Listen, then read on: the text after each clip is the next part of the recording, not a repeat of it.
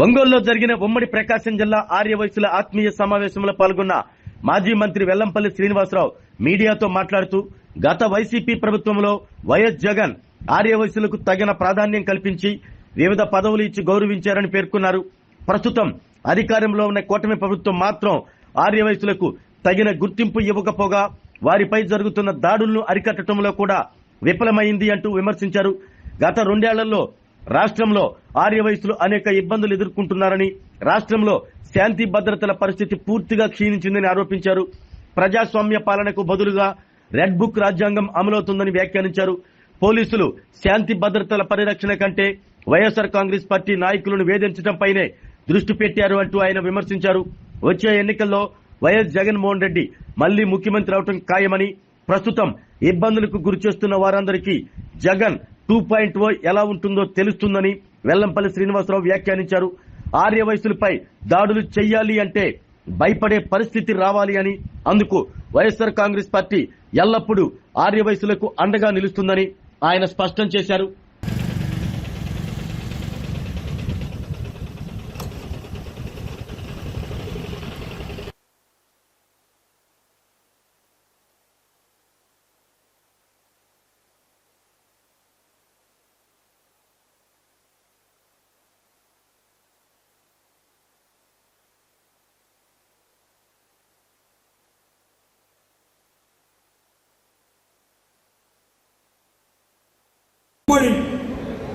కూటమి పరిపాలన వచ్చిన తర్వాత ఆర్యవైశ్యుల్లో ముఖ్యంగా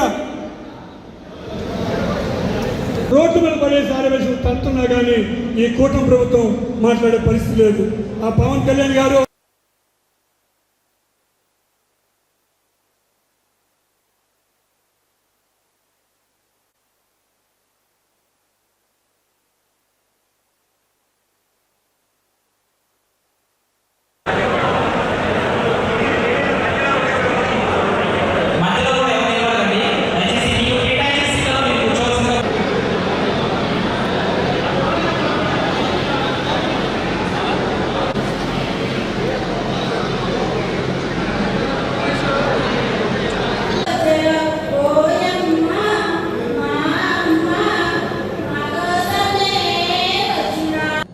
ఈరోజు ఉమ్మడి ప్రకాశం జిల్లా సంబంధించి ఆర్యవైశ్యులు వైఎస్ఆర్ కాంగ్రెస్ పార్టీ తరఫున ఆర్యవైశ్యులకి ఆత్మీయ సభ ఏర్పాటు చేయడం జరిగింది. అది ఒంగోలులోని వైఎస్ఆర్ కాంగ్రెస్ పార్టీ జిల్లా కార్యాలయంలో ఈరోజు ఏర్పాటు చేసుకున్నాం.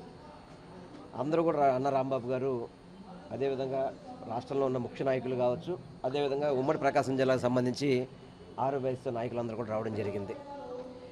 గతంలో వైఎస్ జగన్మోహన్ రెడ్డి గారు 2019-24 వరకు ఆర్యవైశ్యులకు ఏ విధంగా తోడుగా ఉన్నారు, ఆర్యవైశ్య కులానికి కావచ్చు, అదేవిధంగా వాసవి మాత దేవాలయాలకు కావచ్చు, అదేవిధంగా ఆర్యవైశ్యులు నిర్వహించే సత్రాలని స్వేచ్ఛగా వారికి ఇచ్చే విధంగా జీవో ఇవ్వడం కానివ్వండి, అదేవిధంగా ఆర్యవైశ్యులకి అనేక శ్రీశైలంలో కానీ మిగతా ఇతర చోట్ల సత్రాలకి స్థలాలు కేటాయించడం కానివ్వండి, చింతామణి నాటకాన్ని నిలిపివేస్తూ జీవో ఇవ్వడం కానివ్వండి, అట్లా ఎన్నో రకాల మేల్స్ ఆర్యవైశ్యులకి ఎంతమందికి పదవులు ఇచ్చారు ఇవన్నీ కూడా చర్చించుకోవడం కానివ్వండి.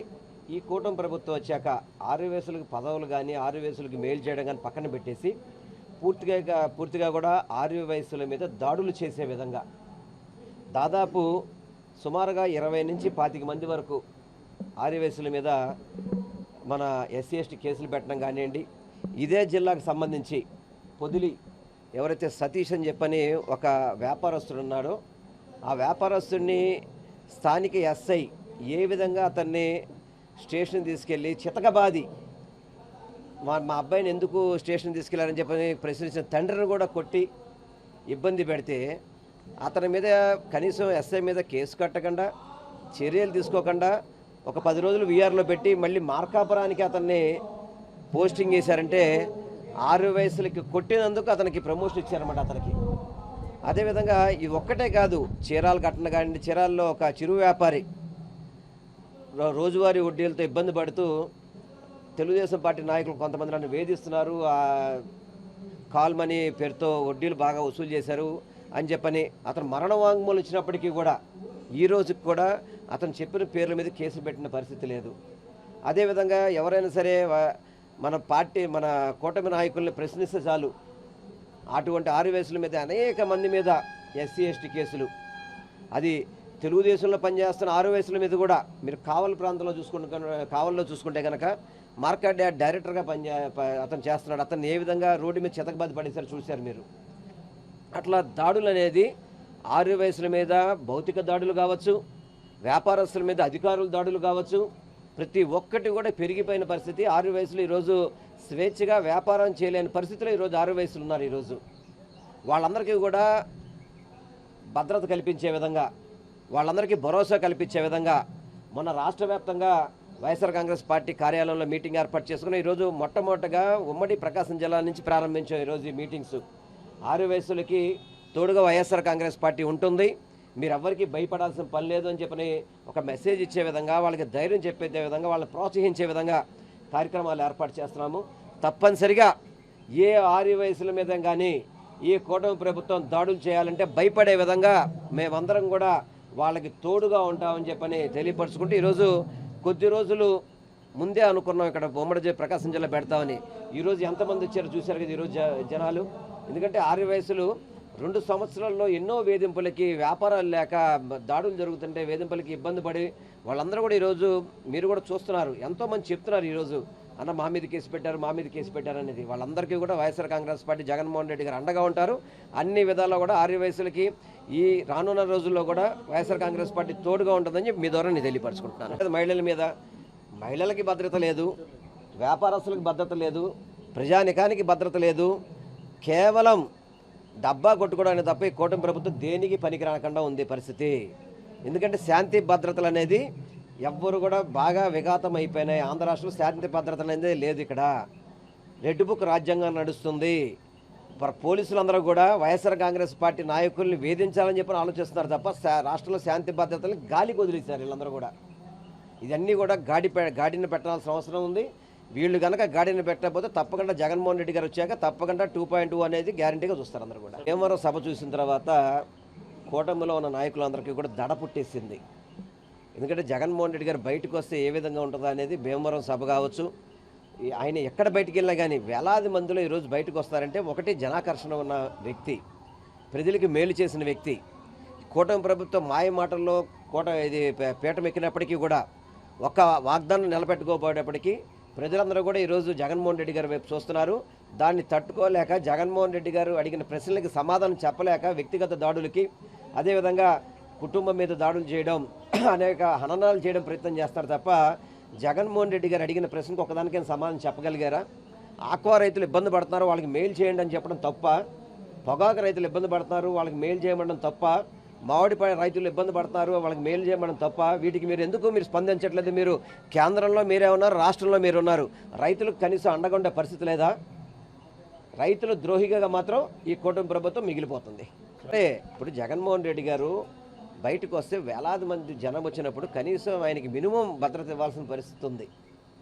అటువంటి భద్రత పట్టించుకోకుండా గాలికి వదిలేసి పోలీసు వ్యవస్థ ఓన్లీ చోద్యం చూసే విధంగా పనిచేస్తుంది తప్ప ఎక్కడా కూడా జగన్మోహన్ రెడ్డి గారికి భద్రత కల్పించే విషయంలో శ్రద్ధ చూపెట్టలేదు.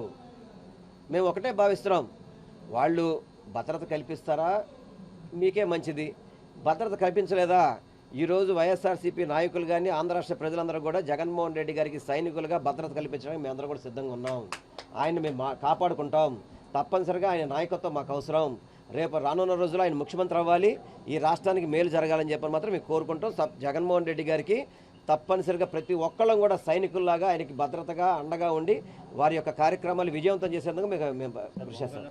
పవన్ కళ్యాణ్ గారు అధికారంలో రాకముందు ప్రశ్నిస్తానని పార్టీ పెట్టిన వ్యక్తి ఈరోజు ఆ ప్రశ్నించే సంగతి మర్చిపోయాడు. ఆయన కేవలం ప్యాకేజీకి మాత్రమే జనసేన పార్టీ నడుస్తుంది తప్ప ఎక్కడ కూడా ఇన్ని దారుణాలు జరుగుతున్నప్పటికీ కూడా ఇప్పుడు సాయి కృష్ణ అని చెప్పని విజయవాడలో లాకప్ డెత్ జరిగింది.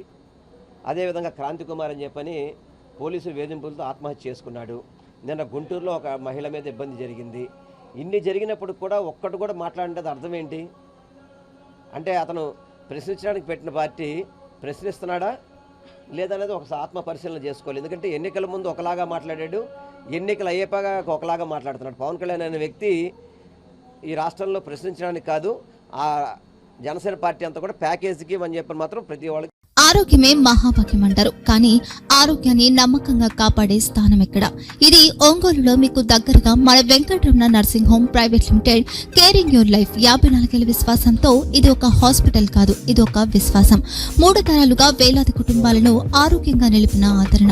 మా నిపుణుల వైద్య బృందం మా దగ్గర అనుభవం కలిగిన బృందంలో అందించే సేవలు neuro surgery, general medicine, diabetes, pulmonologist, general surgery, ophthalmology, urology, orthopaedic, ENT, paediatrics, dental surgery, anaesthesiology, gynaecology, cardiology, emergency మరియు క్రిటికల్ కేర్. ఒంగోలులో ఆరోగ్యానికి ఒక కొత్త శకం ప్రారంభమవుతుంది. వెంకటరమణ ఐ హాస్పిటల్ ప్రారంభించబడింది.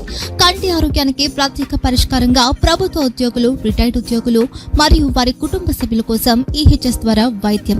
క్యాష్లెస్ సేవలు మెడియాసిస్, స్టార్, జీహెచ్పీఎల్, ఆదిత్య బిర్లా, బజాజ్ అలియన్స్ మరియు ఇతర ప్రముఖ హెల్త్ స్కీమ్లు అందుబాటులో ఉన్నాయి. ఆరోగ్యశ్రీ, డాక్టర్ ఎన్టీఆర్ వైద్య సేవా నిధి అందుబాటులో ఉన్నాయి. చిరునామా ఆర్టీసీ బస్టాండ్ ఎదురుగా Kurnool road, Ongole. Phone number 08592282623, cell number 9100679099. Eye hospital number 9866484770. Website www.venkatramananursinghome.com. Facebook www.facebook.com/pkrnh. Venkataramana nursing home, 3 తరాల విశ్వాసం, నూతనతతో కూడిన సేవ. మేము కేవలం చికిత్స చేయము, మేము శ్రద్ధ వహిస్తాం, పరిరక్షిస్తాం. సేవ చేయడం మాకు ధ్యేయం.